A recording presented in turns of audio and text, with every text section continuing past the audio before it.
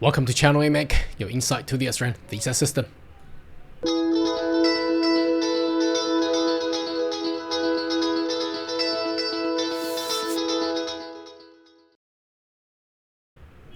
Good day everyone, my name is Carl Young, your online YouTube visa consultant. Are you interested about migrate to Australia? Why don't you consider to subscribe to my channel and turn on the bell on the side so once we have all the updates and news, be the first one getting all the insight. Now, in addition to the video that I posted this morning in regards to the storm that everybody shall expect coming, this afternoon we have actually received two emails, one from the state of New South Wales and the other one coming from the state of South Australia. So seems like I'm not too sure if these states is looking into potentially enter into a storm, but I think they're ready. So looks like everybody is gonna jump on the same boat and getting to that storm together. So let me share with you those two emails and the changes. There's not much of changes, but just to let you know and see how that goes. Hopefully there's only one thing that we can expect, that going through the storm, that there are still people survive, there will still people come out great, and usually what's come after the storm is a rainbow. But I just don't know how long the storm will go. Anyway, let's have a look at the email that I received this afternoon. So the first one is the state of New South Wales. So important updates. You can see New South Wales will focus on priority sector rather than a skill occupation list. So what does that mean? Well, basically, man, so for the last year's state nomination for the New South Wales, it has basically all the occupation there. So because the quota was a lot, well, the state of all the state nomination was expecting a lot of nomination for this year 2023 and 24, but it didn't come out like that. 70% of the quota has been cut. So the New South Wales says here's important updates. New South Wales focus on priority sectors. So if you're not in the priority sector, perhaps you can still put your EOI in. There's no ROI, registered interest required, or online form required for New South Wales, but there will be slim chance. So to better address the evolving skill shortage across state, or skill shortage, we're not too sure, as we have seen through what's happening in Australia. It seems to be there are a lot of politicians don't think there is a skill shortage. Okay, New South Wales is shifting its publishing of this list of eligible NSW unit group to a new sector focus. So if you recall, well, probably not, but if you have been following my channel long enough, you may recall back in 2021, 2020, the state of Victoria utilized this way. They set up a sector. So if you, whatever the occupation that you're in, you gotta be in those sector. If you're not in those sector, you will hardly be invited. So back then in 2020 and 21, remember the annual quota back then was 160,000.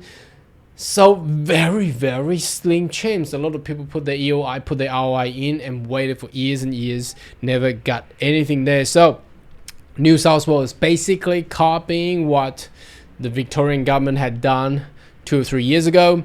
So what's happening with the new target sector will be health, education, information and communication technology, ICT, infrastructure, and agriculture. So not much of choices there. So, and it reads this.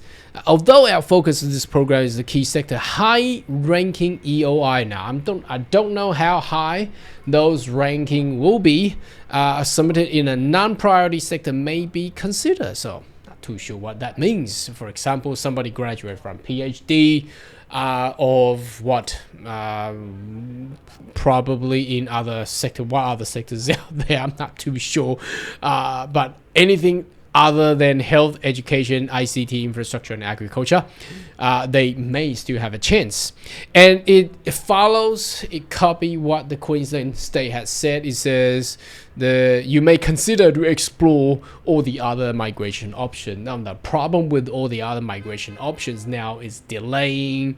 Also, for example, global talent. There's a lot of people getting negative results without giving a specific reason. You may notice that there's probably thousands of people getting their global talent EOI closed with all the templated reason. So nobody knows how they can improve their EOI. Anyway, that's another issue there. Skill invitation timing. Invitation round will continue to occur throughout the financial year. There is no specific time, say it's next week or the week after. Nothing to say about that. So there are no predetermined public announced dates. Okay. Selection. New South Wales will consider multiple factors other than selecting EOI. These including your point score, English. Well, this is a no-brainer, of course. Invitation round for New South Wales nomination is at the sole discretion of New South Wales government. Well, what about those one already being invited and still in the pipeline waiting, big delay? Okay, we intend to commence our invitation round next week. Great, but when would they actually publish? We don't know.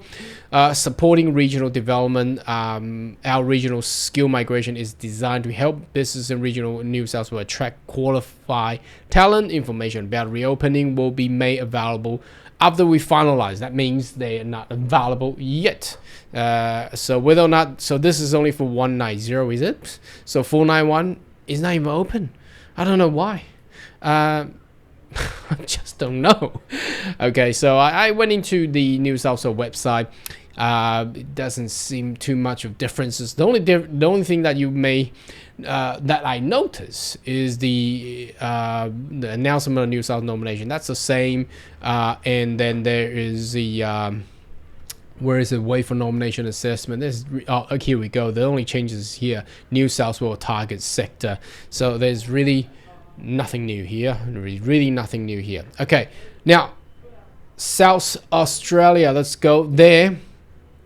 I don't know how these two states have actually been announcing the same thing. The opening of their state nomination. Very close timing, whether or not they have talked about it together or not, I don't know. Okay, anyway, just received this email too, so share with you. Okay, you may want to share with your mate as well. So 2023-24 General Skill Migration Program now open. So there's a skill occupation list. Now guess what? When I click on this is the web page that I got. So seems to be South Australia is not even ready, despite they have the most beautiful website design. But look at this, you can't really do much. I'm not too sure when you have watched this video, you click on that. Well, you can Google it and click on the South Australia's migration website, see how that goes. They should get fixed very soon. Otherwise, you gotta wait for tomorrow because no one is working at night time. Okay. So you need to put an EOI and you need to put a registration of interest to process management, strong demand, blah, blah, blah. So it's the same thing. You put an EOI and you put an ROI. There's a specific criteria that the South Australia, the state of South Australia wants. Now, I wanted to go in there and check out those criteria. Unfortunately, the website is like this. I can't do anything with it. So you may want to check that out later. Otherwise, well, next week or tomorrow. Anyway. Now, under the invitation process, South Australia will prioritize retention of the South Australian international graduates. So if you study in South Australia, you will be prioritized, or you are currently working in South Australia. Experience overseas is still in high demand but there has been 70% quota been cut. So they'll only focus on construction, defense, health, education, natural and physical science, social and welfare professional. I think that almost cover everything. There's no education. There's no education in here. What? Anyway, South Australia is also seeking for high-skilled overseas worker who can make strong contribution. I'm not too sure how they can actually assess that. Experience in the defense industry and all high-skilled digital and critical technology sector. International graduate and other temporary visa holder continue to consider across the broad list. There are over 290 occupation.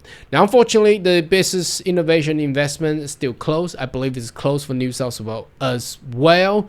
So that's it. There's not much that what we can see here, despite that the New South Wales and South Australia state government has opened for its state nomination, but the New South Wales is not much a change. They introduced the target sector with limited quota, and the South Australia only wants, well, I think they only want the international student graduated from South Australia or currently holding a temporary visa working in South Australia will be considered. Anyway, should you have more question, query, more than welcome to leave comment right down below. I'll see you next video. Goodbye.